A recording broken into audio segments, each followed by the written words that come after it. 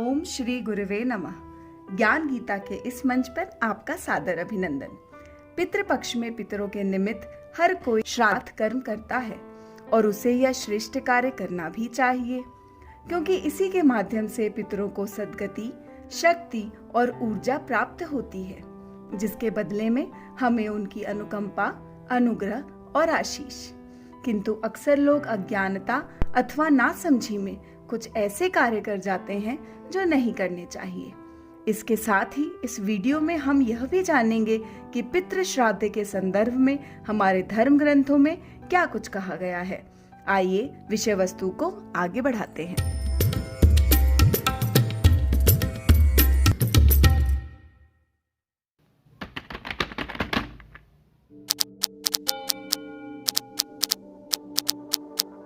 श्रद्धा और मंत्र के मेल से पितरों की तृप्ति के निमित्त जो विधि होती है उसे श्राद्ध कहते हैं।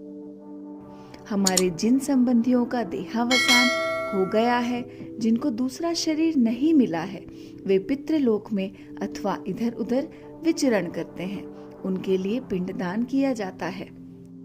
बच्चों एवं सन्यासियों के लिए पिंडदान नहीं किया जाता। जिस दिन श्राद्ध करना हो उससे एक दिन पूर्व ही संयमी श्रेष्ठ ब्राह्मणों को निमंत्रण दे दें, परंतु श्राद्ध के दिन कोई अनिमंत्रित तपस्वी ब्राह्मण घर पर पधारे तो उन्हें भी भोजन अवश्य कराना चाहिए। भोजन के लिए उपस्थित अन्न अत्यंत मधुर, भोजनकर्ता की इच्छा के अनुसार तथा अच्छी प्रकार सिद्ध किया हुआ होना चाहिए। पात्रों में भोजन रखकर श्राद्धकर्ता को अत्यंत सुंदर एवं मधुर वाणी से कहना चाहिए कि हे महानुभावों, अब आप लोग अपनी इच्छा के अनुसार भोजन ग्रहण करें। श्रद्धायुक्त व्यक्तियों द्वारा नाम और गोत्र का उच्चारण करके दिया हुआ अन्न पितृगण को वे जैसे आहार के योग्य होते हैं वैसा ही होकर मिलता है।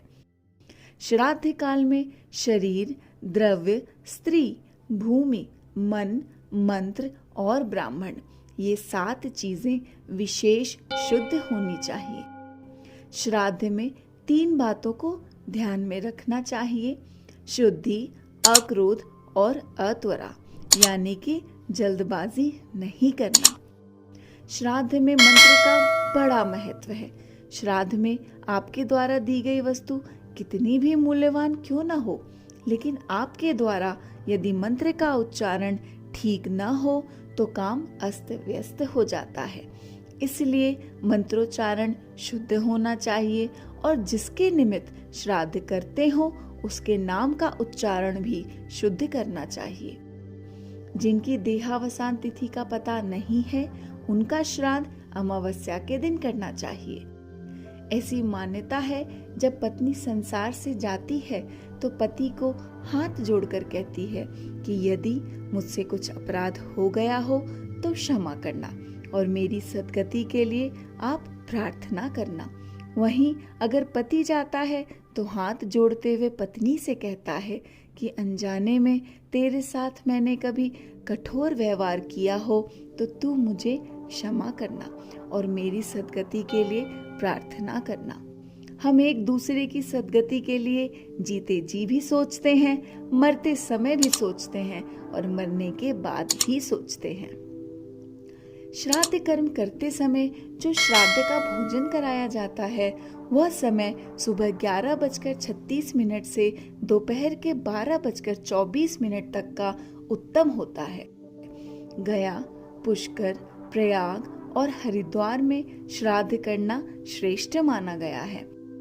गौशाला में, देवालय में, नदी तट पर श्राद्ध करना श्रेष्ठ माना गया है।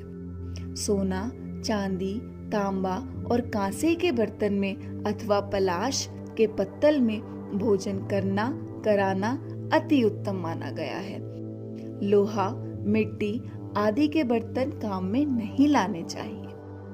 श्राद्ध के समय अक्रोध रहना, जल्दबाजी न करना और बड़े लोगों को या बहुत लोगों को श्राद्ध में सम्मिलित नहीं करना चाहिए, नहीं तो इधर उधर में ध्यान बंट जाएगा, जिससे जिनके प्रति श्राद्ध सद्भावना और सत उद्देश्य से जो श्राद्ध करना था वो फिर दिखावे के उद्देश्य में सामान्य कर्म रह जाएगा। सफेद सुगंधित पुष्प श्राद्ध कर्म में काम में लाने चाहिए। लाल काले फूलों का त्याग करना चाहिए। अति मादक गंध वाले फूल अथवा सुगंधहीन फूल श्राद्ध कर्म में काम में नहीं लाए जाते हैं। अब आपको बताते हैं कि पुराणों में श्राद्ध के महत्व को किस तरह से वर्णित किया गया है। कूर्म पुराण में कहा गया है कि जो प्राणी जिस किसी भी विधि से एकाग्रचित होकर श्राद्ध करता है वह समस्त पापों से रहित होकर मुक्त हो जाता है और पुनः संसार चक्र में नहीं आता। गरुड़ पुराण। इस पुराण के अनुसार पितृ पूजन श्राद्ध कर्म से संतुष्ट होकर पितर मनुष्यों के लिए आयु, पुत्र, यश, स्वर्ग, कीर्ति, पुष्टि, बल, वैभव, सुख, धन और धान्य देते हैं। मार्कंडेय पुराण।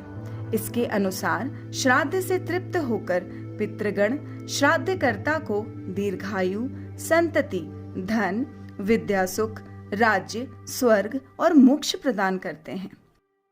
ब्रह्म पुराण। इसके अनुसार जो व्यक्ति श्रद्धा भक्ति से श्राद्ध करता है उसके कुल में कोई भी दुखी नहीं होता।